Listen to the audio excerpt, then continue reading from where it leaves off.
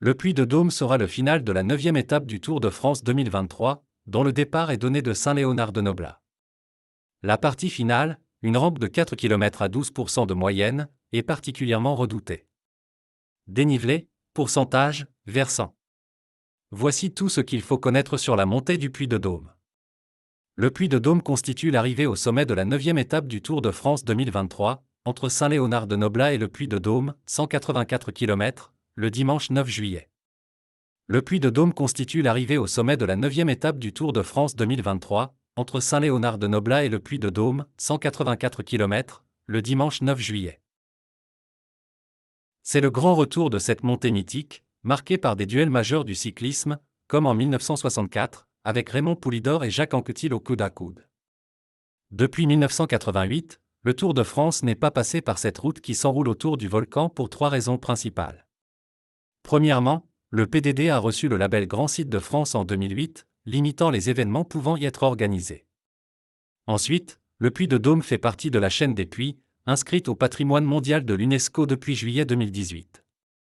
Enfin, depuis 2012, un train à crémaillère longe son unique route. Un train mis en place pour préserver l'environnement après l'augmentation de la fréquentation du site, après des décennies de pollution dues aux innombrables allers-retours quotidiens, en bus ou en voiture, sur cette même voie. Après de longues discussions entre les élus locaux et les organisateurs du Tour de France, la Grande Boucle fait son retour cette année sur la route de la course. Les 4 derniers kilomètres seront parcourus sans public. Profil, versant, dernier passage du peloton. Voici ce qu'il faut savoir du Puy-de-Dôme. Les pentes du Puy-de-Dôme ne s'escaladent que par une route unique, terriblement raide, 4 km à 12% de moyenne. C'est une route de service qui permet d'accéder au sommet, mais il est formellement interdit aux cyclistes de s'y tenter, car elle est étroite, vu qu'un train à crémaillère a été inauguré en 2012. La voie est réservée aux secours et ayants droit. Pour accéder au pied du Puy-de-Dôme depuis Clermont, il existe 2 routes principales. La première est la vallée de Royat, qui compte 3 km à près de 8% puis 3 km avec des pentes plus légères, entre 2 et 5%. La deuxième option, prise par le Tour de France 2023, passe par Bellevue, la Baraque et la Font de l'Arbre. Cette section compte environ 5 km à 7,5%, puis un replat de 3 km entre 1,5 et 4% avant d'attaquer la montée finale du Puy-de-Dôme. Comme son nom l'indique, le Puy-de-Dôme se trouve dans le département du Puy-de-Dôme, à quelques kilomètres seulement de Clermont-Ferrand. Le volcan fait partie de la chaîne des Puys. Versant depuis Clermont-Ferrand, par la Baraque, le Tour de France 2023 passera par Clermont-Ferrand, la Baraque et la Font de l'Arbre avant de s'engager sur la route du Puy-de-Dôme, 13,3 km à 7,7% de moyenne et pourcentage maximal à 12,7%. Cela représente une dénivellation de 1025 mètres, pour une arrivée à 1415 mètres d'altitude. L'originalité du Puy-de-Dôme est que cette route s'enroule, comme un escargot, autour du volcan avec 4 km à 12% de moyenne.